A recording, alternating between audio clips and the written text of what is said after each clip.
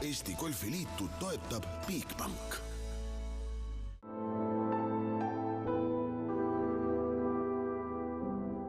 Jõelähtmäe golfikeskuses peetavatel Euroopa meistrivõistlustel selgub võitja juba homme ja siis saame teada, kes selle imeilusa karika enda valdusse aastaks saab. Tänases golfirubriigis aga piilume telgitagustesse ja vaatame, kuidas Euroopa meistrivõistlusi korraldatakse. Golfimaailmas on traditsioonid väga tähtsad. Me näeme siin võistlustablood, mille tüdrukud siin iga päev muudavad neid numbreid ja kõik see käib absoluutselt käsitsi. Maire, kuidas see töö tegelikult on? Kas sa ära ka väsid? Ära ei väsi ja samas on huvitav, et võtame golfboxis andmed ja paneme siia käsitsi peale.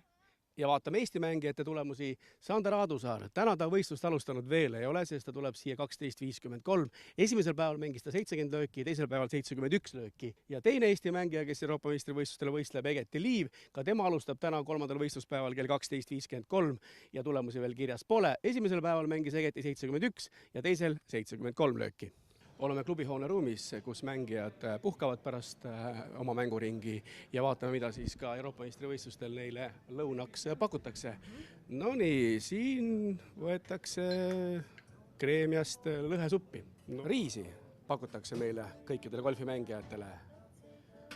Küpsetatud kartulit, siis marineeritud sealiha ja spagetid on siin ka nii-öelda mängijatele. Ja loomulikult on siin värsked puuvilju ja ka magustoidulaud on hea, nii et saab kõhu täis küll. Mida sinu tänane päevakava ette näeb? Minu päevakava on hommikust saadik olnud kõigepealt esimeste startide ettevalmistamine ja nüüd praegu kohe torman andma pärastlõunaseid starte.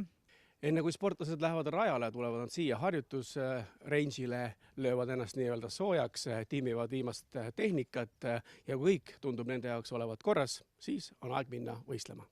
Meil kõrval tegelikult siin harjutab praegu Sander Aadusaar, vaatame sinnapoole ja Sander siis enne viimast võistluspäeva hoiab 21. kohta ja peaks ütlema, et see on Eesti mängija jaoks väga hea koht ja Egeti Liiv on natuke eemal ja tema ka üritab siis pääsu 4. viimasele võistluspäevale ehk siis teha katt ja pääseda 60 parema sekka. Mida ütled kahe meie mängija esituse kohta seni?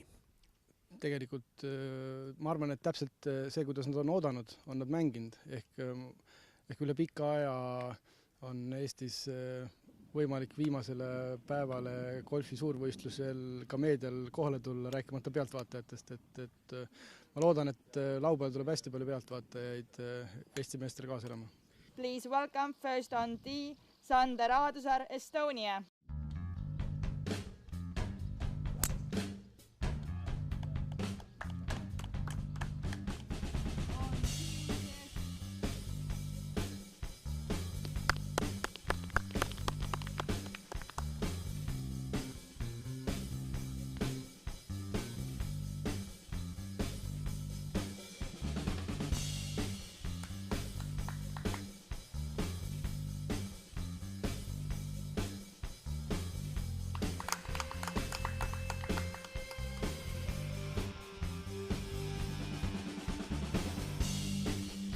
Bigbanki golfikoolis näitab Eesti golfikooli pro Torel Neider, kuidas lüüa lähilööki. Lähilöök on golfis üks tähtsamaid lööke. Olen situatsioonis, kus mul on lipuni umbes 10 meetrit ja selleks, et ma sinna jõuaksin, pean ma lööma kõrge kaarega chipi. Selleks, et sinna jõuda, keeran ma golfikepi laba lahti, võtan oma algasendi ja teen julge löögi.